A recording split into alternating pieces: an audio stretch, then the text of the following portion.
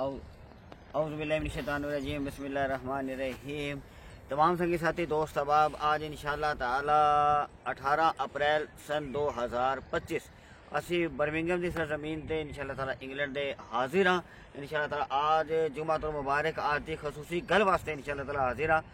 साडे बुजुर्ग साडे जेड़े ना और साडे असलाफ साडे वडेरे वो फरमाते सन कि बंदे नू कामयाब होने वास्ते और मुहब्बत ही कामयाब होने वास्ते दो चीज़ां बड़ी जरूरी ने। एक बंदे नू लाई लग नहीं होना चाहिए, एक कच्चे जहन का नहीं होना चाहिए। कि फरमाते सन बड़ी काम आने वाली गल है कि लाई लग औरतों के पीछे नहीं लगना चाहिए घर वाला दे, और एक जो ना कच्चे जहन का नहीं होना चाहिए कि जी किसी की गलती बस इन्हें कह दिता है बस एवं इंज ही होना है। तो लिहाजा तो वो सारी चीज़ां फिर मुहब्बत और भरावां भाइयां भैनां घर मुर्शिद सारी फिर सारी खत्म हो जाती ने। यदि मिसाल देंदा ने साडे बुजुर्ग फरमाते सन कि दो भरा रहिंदे सन एक गांव के अंदर। एक भरा जिहड़ा है ना वो अपना घाह और डंगरां दा भैंसां दा गोबर और पता नहीं की है सारे काम करता सी, घास काटदा सी और पता नहीं सारे काम करता। जिहड़ा दूजा भरा सी वड्डा वो उन्हें पग बांधी हुई सी, चोला पहना होया सी, वो वडेरा सी गांव दा। वो फिर सारे फैसले मरण जीवन ते जाना सारा कुछ करना इंज ए सिलसिला चलता रहा।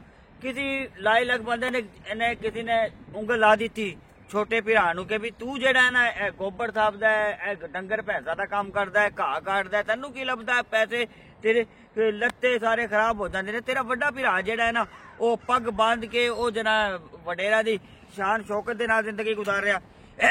तू जेड़ा ना वो पग पहन और तू वो गुजार और ओनू ला इधर फिर पता चले। वो ला दी नजर लग गई, यानी किसी ने जेड़ा ना उंगल ला दी वो लाई लग सी।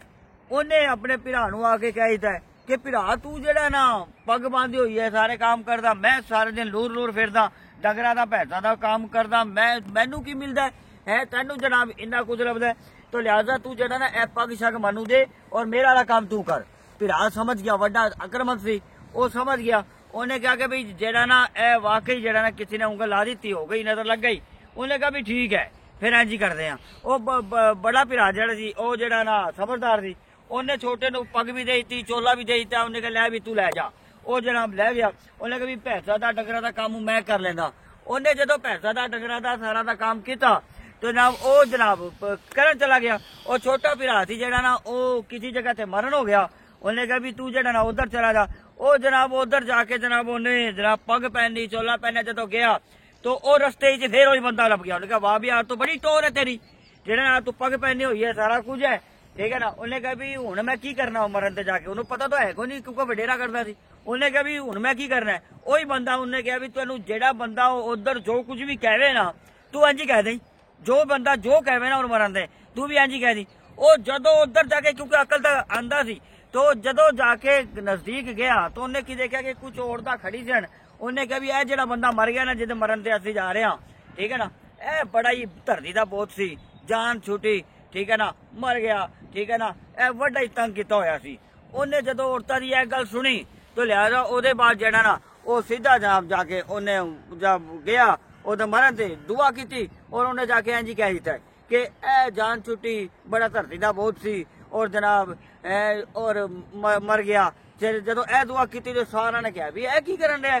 उन्होंने सारा उन्होंने कुट दिया, लत्ते पत्ते सारे पाड़ दिते, पग पाड़ दी, लहू लुहान और जनाब लेरा हो गई। वो बड़ा परेशान होया भी है की गल हुई।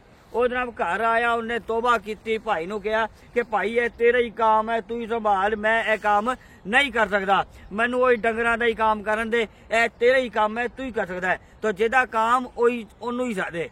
तो लिहाजा ए गल तो सानू की पता लग्या कि जनाब इहदे गल तो साडे असलाफ साडे बुजुर्ग फरमांदे सन कि बंदे नू लाई लग नहीं होना चाहिए, बंदे नू किसी दे छोटे जहन दा नहीं होना चाहिए, किसी की गल ते यकीन नहीं करना चाहिए, किसी की गल्लां विच आना नहीं चाहिए। जिस जगह ते अल्लाह पाक ने जिन्नू जो इज्जत आ जो अल्लाह पाक ने ड्यूटियां लाइया ने ओनू ओदे नाल ही चलना चाहिए। और भाइयों दी घरां दी मुहब्बतां प्यार जिवें हुंदा है ओदे नाल ही चलना चाहिए। जिन्नू जो ड्यूटी जो मनसब जो ओहदा दिता है ओनू ओदे ते ही कायम रह के अपने वड्डियां दे नाल चलना चाहिए। अगर असीं किसी दी गल्लां ते आवांगे या फिर अपने घर वालियां दी गल्लां ते चलांगे या लाई लग होवांगे तो फिर ਅਸੀਂ ਆਪਣੇ ਭਾਈਆਂ ਦੀ ਭੈਣਾਂ ਦੀ ਰਿਸ਼ਤੇਦਾਰਾਂ ਦੀ ਘਰਾਂ ਦੀ सारी मोहब्बत भी खत्म हो जानिया ने है, फिर रिश्ते भी खत्म हो जाने ने और जो अपने पीरो मुर्शिद दे नाल निस्बत मोहब्बत वो भी खत्म हो जानिया ने, असलाफ और बुजुर्गां दे नाल निस्बत भी खत्म हो जानिया ने। साडे जो मनसब जो उहदे जो रिश्ते कायम ने उन्होंने कायम रखना चाहिए, सानू किसी दे पीछे लगना नहीं चाहिए है और आपां नू रिश्तां दे एहतराम करना चाहिए, मोहब्बत करनी चाहिए ने। आज का पैगाम यही सी कि सानू किसी दी गल्लां ते नहीं आना चाहिए और बस अपनी मोहब्बत के रिश्ते नू कायम रखना चाहिए और मजबूत करना चाहिए और उन्हीं रिश्तों नू रखते हुए सानू अपना काम जारी रखना चाहिए। अल्लाह तबारक व तआला सानू रिश्ता दे है पामाव होने तो बचावे। अल्लाह ताला सही मेहनत साडे रिश्ते कायम दायम रखे। आज की खूबसूरत गल इंशाअल्लाह ताला यही है, असी बर्मिंघम की सरजमीन से इंशाअल्लाह ताला इंग्लैंड के आज हाजिर हाँ। आज 18 अप्रैल सन 2025। अल्लाह तबारक व तआला तुहाडी मेरी हाजिरी अपनी बारगाह के अंदर कबूल फरमाए। इंशाअल्लाह ताला अगली वीडियो के नाल फिर मुलाकात होगी है। अल्लाह ताला आज का पैगाम सानू सही मेहनत है समझने तौफीक अता फरमाए और सादात दी अहले बैत अतार कराम दी सच्ची मोहब्बत सानू अता फरमाए। आले नबी औलाद अली चिरागुल नबी चिरागुल नबी।